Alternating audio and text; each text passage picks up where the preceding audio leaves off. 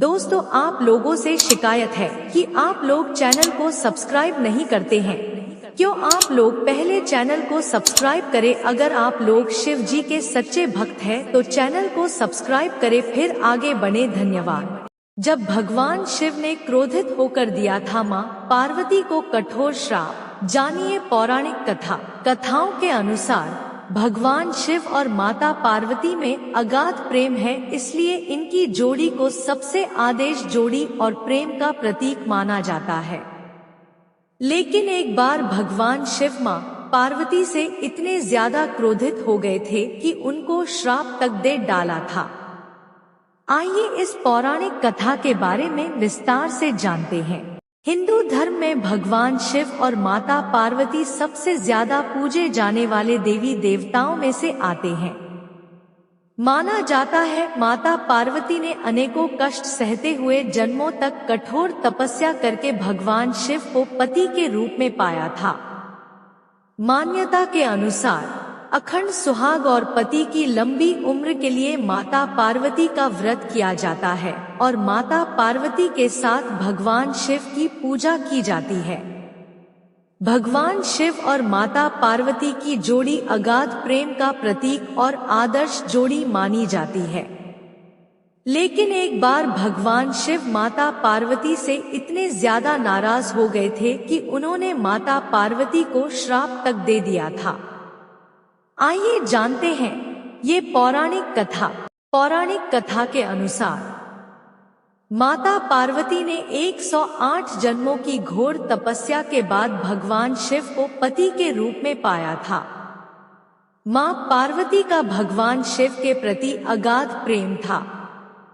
एक आदर्श पत्नी की तरह मां पार्वती भगवान शिव की सभी बातों का पालन करती थी और जब भगवान शिव कुछ बोला करते थे तो उसको पूरे ध्यान से सुनती थी। एक बार भगवान शिव मां पार्वती को ब्रह्मा ज्ञान देने के लिए सृष्टि की कथा सुना रहे थे। कथा सुनते सुनते मां पार्वती किन्हीं दूसरे विचारों में खो गई। जैसे ही भगवान शिव को इस बात का एहसास हुआ कि मां पार्वती उनकी बातों पर ध्यान नहीं दे रही है, तब उन्होंने मां पार्वती से पूछा कि क्या आप मेरे द्वारा सुनाई जा रही कथा को सुन रही हैं? लेकिन मां पार्वती कहीं और खोई हुई थी, इसलिए उन्होंने भगवान शिव के सवाल का कोई उत्तर नहीं दिया। कुछ समय बाद जब मां पार्वती का अपने विचारों से ध्यान भंग हुआ और वे अपनी दुनिया में वापस लौटी, तब भगवान शिव ने क्रोधित होते हुए मां पार्वती से कहा कि आपने ब्रह्मा ज्ञान का अनादर किया है। जब किसी से शिक्षा या ज्ञान लिया जाता है तब ध्यान भंग नहीं होना चाहिए, और अगर ऐसा होता है तो ये दंडनीय है। इसके बाद भगवान शिव ने दंड स्वरूप मां पार्वती को श्राप दिया कि अब आपका जन्म किसी मछुआरे परिवार में होगा। मां पार्वती को अपनी गलती का एहसास हुआ, पर तब तक काफी देर हो चुकी थी और भगवान शिव उनको श्राप दे चुके थे। अब दुख में डूबी हुई मां पार्वती मछुआरों के एक गांव में पहुंची।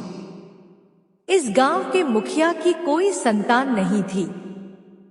एक दिन वो मछली पकड़ने के लिए तालाब जा रहा था, तब उसको रास्ते में एक पेड़ के नीचे एक कन्या बैठी हुई मिली, जो कि वास्तव में कन्या के रूप में मां पार्वती थी।